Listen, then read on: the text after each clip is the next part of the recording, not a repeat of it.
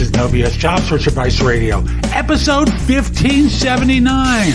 I'm your host, Jeff Altman, the Big Game Hunter, and welcome to Monday, football day after. And I'm a Giants football fan, and you know what happened yesterday, right? Anyway, let me just go on to the show and simply say, this is a show where I answer a question from someone who the in-house recruiter won't submit them to the hiring manager. Oh, the horrors. What can they do? Hope you find this helpful and give it a great review in Apple Podcasts, Stitcher, Spotify, wherever you listen to the show. Give it a great review. iHeartRadio even. And I'll just simply say there's information at the end of the show about additional services that I offer that can be of help. And with that, let us get going, okay? Today I want to talk with you about a situation that someone wrote to me about, where we talk about what they can do. And the question is actually, what can I do if an in-house recruiter says they were uncomfortable submitting me for a job? In other words, this person has applied and has been interviewed, and the recruiter doesn't want to take it any further.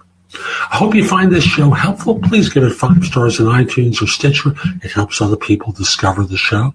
And if we aren't connected on LinkedIn, send a connection request to me at linkedin.com/IN/the Big Game Hunter. Now, coming to the question, the mystery here is why?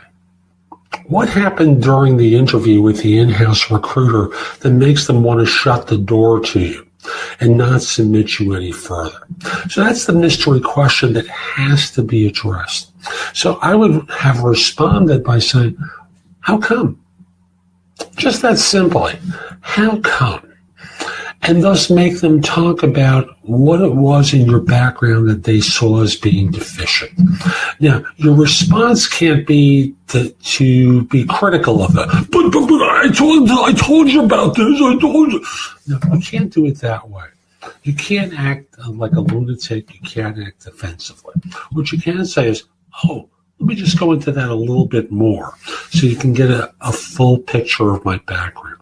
Now, if you did go into a little bit more during your conversation with them and they're judging as being insufficient, that's on you. You didn't do a good enough job to demonstrate your fit for the role. They did their job. You can't convert them into a fan just because you want to go further. You have to understand interviewing is a process for evaluating and assessing people for their qualifications. And I hate this part of it, fit. I don't believe organizations are equipped to fit, but I've written and podcasted and blogged about that for years. But minimally, they're there to evaluate for your qualifications. Now, if they turn around and say, your resume doesn't really show the skills that we're looking for, what skills are those? Great. Let me update my resume to give you the best information possible. And after that, if you feel the same way, I respect that choice. So what you're doing is trying to get what it is that they're looking for in your background, so that in this way you can always enhance, and by that I don't mean lie, enhance how you describe yourself in the resume, your cover letter, in your interview, to give them the best information that they can receive. And if at that point it's not good enough, you just weren't qualified. Accept it. You just aren't qualified for the job. And you might just follow up by saying, what were you looking for? What depth of experience were you trying to find in me or in someone for this role? And they may say, well, we actually have a finalist here who's going in which case you got there too late. But the reality is you didn't do a good enough job to demonstrate your qualifications for the role. They're being kind enough to tell you that instead of stringing you along. Try and draw out of them where the insufficiency is, so that in this way you can turn around and either, if it's an interview, tell them more about it. If it's in your resume, enhance your resume to indicate what your background is that's relevant to them, and move on from there. So that's today's show. I hope you found it helpful. And if you did, here are a few more ways to get more from me. First of all, visit my website, which is thebiggamehunter.us. I have more than 6,000 blog posts there that you can watch, listen to, or read that will help you find your next job. If you want the best of my advice, join JobSearchCoachingHQ.com, where I've curated information with a focus on interviewing. If you decide to take the lifetime membership at the site, it's $299 currently, but that's the price of a coaching session or an hour of coaching from me, and I'll be giving that to you if you join with a lifetime membership.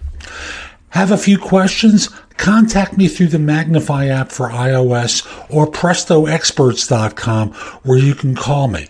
Schedule a specific time with me through chat on Magnify or by connecting with me on LinkedIn at linkedin.com/IN/The Big Game Hunter.